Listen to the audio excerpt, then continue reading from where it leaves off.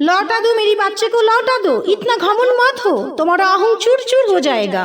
Friends, आज की video में एक छोटा सा पक्षी और भगवान श्री हरि का एक सुंदर सी घटना आप जान पाएंगे।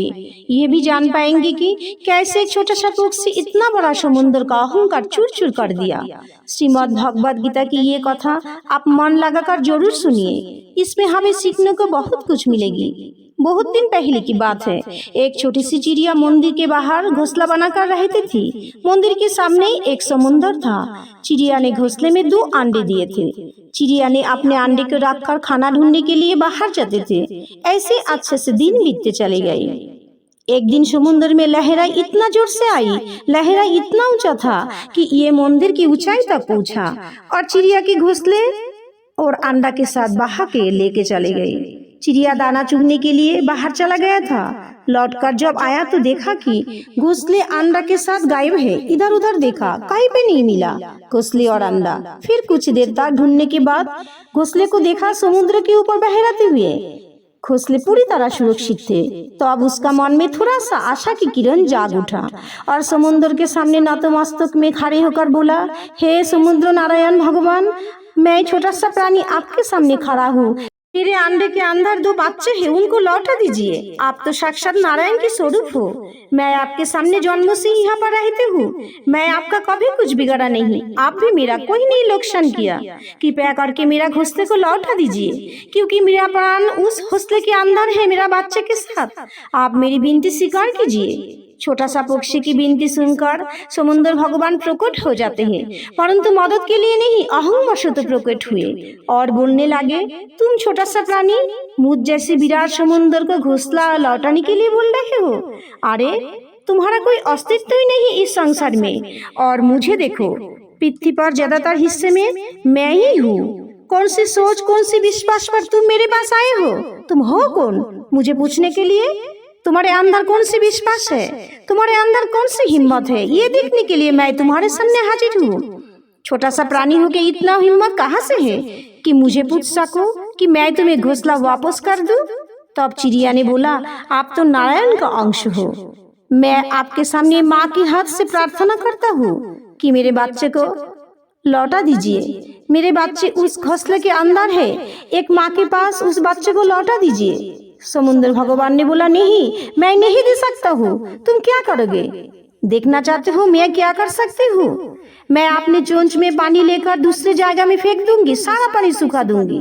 समुद्र भगवान ने जोर जोर से हंसने लगे, तुम मुझे सुखा दोगी? अरे तुम मुझे सुखा नहीं पाओगे, कितना बड़ा स्वरूप हूँ मैं तो अनंत हूँ।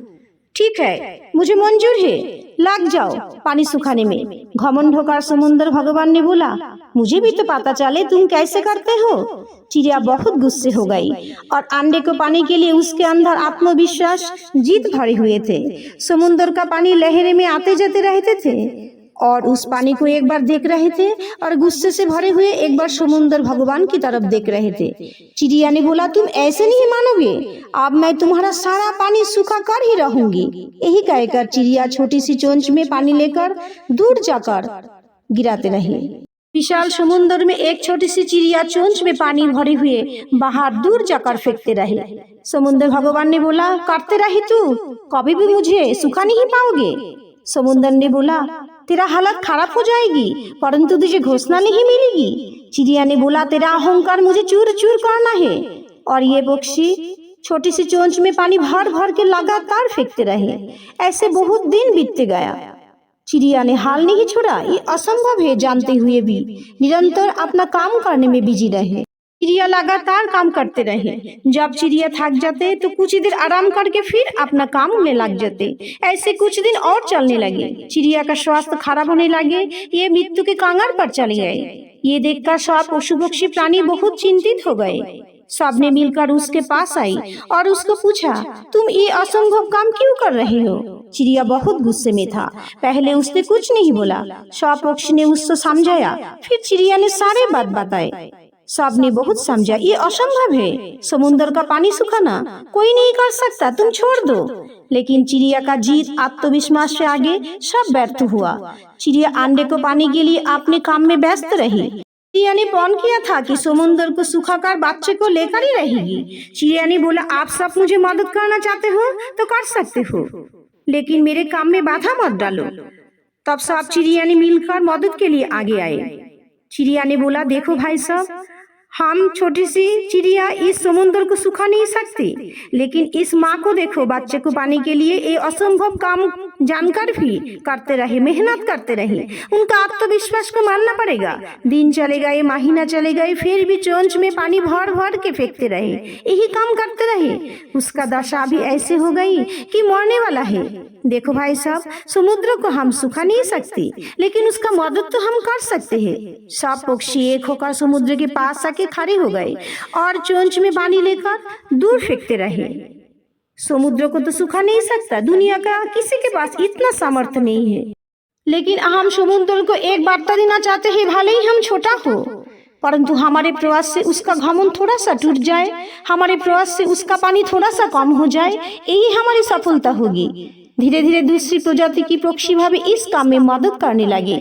ये भी जानते हैं कि हम कुछ नहीं कर सकते हैं समुद्र को, परंतु हमारी प्रजाति भले एक ना हो, अलग हो, लेकिन हम हो तो सब पक्षी है, तो क्यों ना हम एक होकर इस बच्चेहारा माँ चिड़िया की मदद करें। एक विचित्र दृश्य समुद्र में चल रहा है। सारे पक्षी चोंच में पानी लेकर भर भर के बाहर फेंकते रहे। ये दृश्य देखकर समुद्र भगवान जोर जोर से हंसते रहे। जितना भी तुम लोग आ जाओ, पूरे विश्व का सब इकट्ठा हो जाओ, तब भी मेरा कुछ नहीं कर पाओगे, पानी सूखा नहीं पाओगे। नारद मुनि ने ऊपर से कहीं जा रहा था, तब उसका नजर पृथ्वी पर पड़ा। अरे ये क्या चल रहा है? विश्व का सारे पक्षी एक जगह में। थोड़ा नीचे आके देखा, अरे ये तो एक अद्भुत घटना है। सारे पक्षी चोंच में पानी लेकर दूर फेंक रहा है, ये चल क्या रहा है? नारद जी ने समुद्र के पास पूछा, अरे तुम लोग क्या कर रहे हो, क्यों कर रहे हो, कुछ बताओ। तब पक्षी ने सारे बात बताई। नारद जी ने बोला, ये तो असंभव है, तुम लोग व्यर्थ की मेहनत कर रहे हो। तब एक पक्षी ने बोला, हमारे एक छोटा सा पक्षी पान लिया कि समुद्र का अहंकार घमंड चूर चूर करके रहेगा।